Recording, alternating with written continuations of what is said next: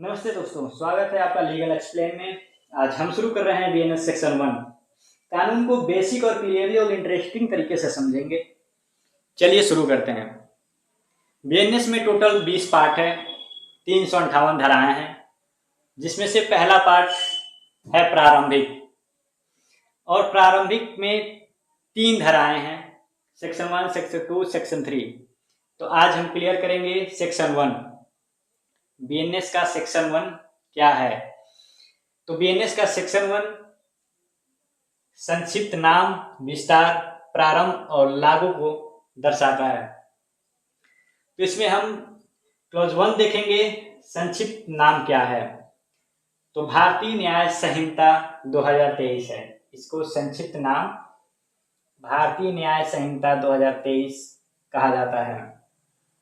इसका sub clause 2 ये कहता है उस तारीख को लागू होगा जो केंद्रीय सरकार आधिकारिक राजपत्र में अधिसूचना द्वारा नियत करे।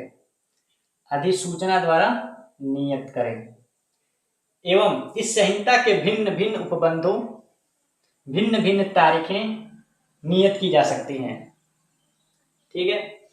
और इसका सब क्लॉज 3 ये कहता है कि प्रत्येक व्यक्ति इस संहिता के तहत दंड के लिए उत्तरदायी होगा, न कि अन्यथा इसके प्रावधानों के विपरीत प्रत्येक कार्य या चूक के लिए जिसके लिए वह भारत के भीतर दोषी होगा।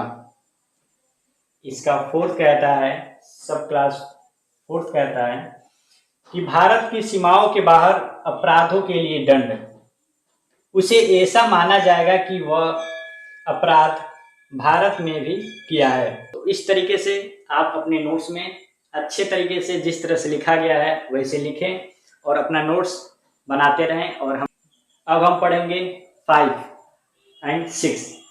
इसमें टोटल सब क्लॉज 6 है। फर्स्ट धारा में, पहली धारा में क्लॉज 4 पढ़ चुके हैं, अब क्लॉज 5 और 6 पढ़ेंगे।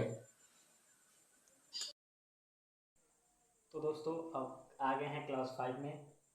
इस अधिनियम के उपबंध को यह बताता है, जिसे हम क में देखेंगे। तो क कहता है कि भारत के बाहर और बाहर किसी भी स्थान पर भारत का कोई भी नागरिक हो, ठीक है, कोई अपराध करता है या कोई क्राइम करता है तो वह दंडनीय होगा। दूसरा पॉइंट कहता है किसी व्यक्ति द्वारा भारत में रजिस्ट्रीकृत किसी पोत या विमान पर, चाहे वह कहीं भी हो।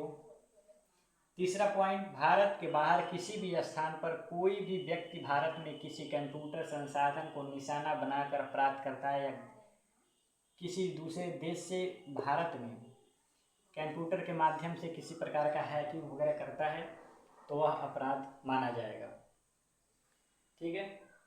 इसमें हम स्पष्टीकरण देखेंगे कि इस धारा में अपराध शब्द में भारत के बाहर किया गया प्रत्येक कार्य शामिल है जो यदि भारत में किया जाता है तो इस संहिता के तहत दंडनीय है या दंडनीय होगा। कुछ एग्जाम्पल के माध्यम से हम समझ रहे हैं।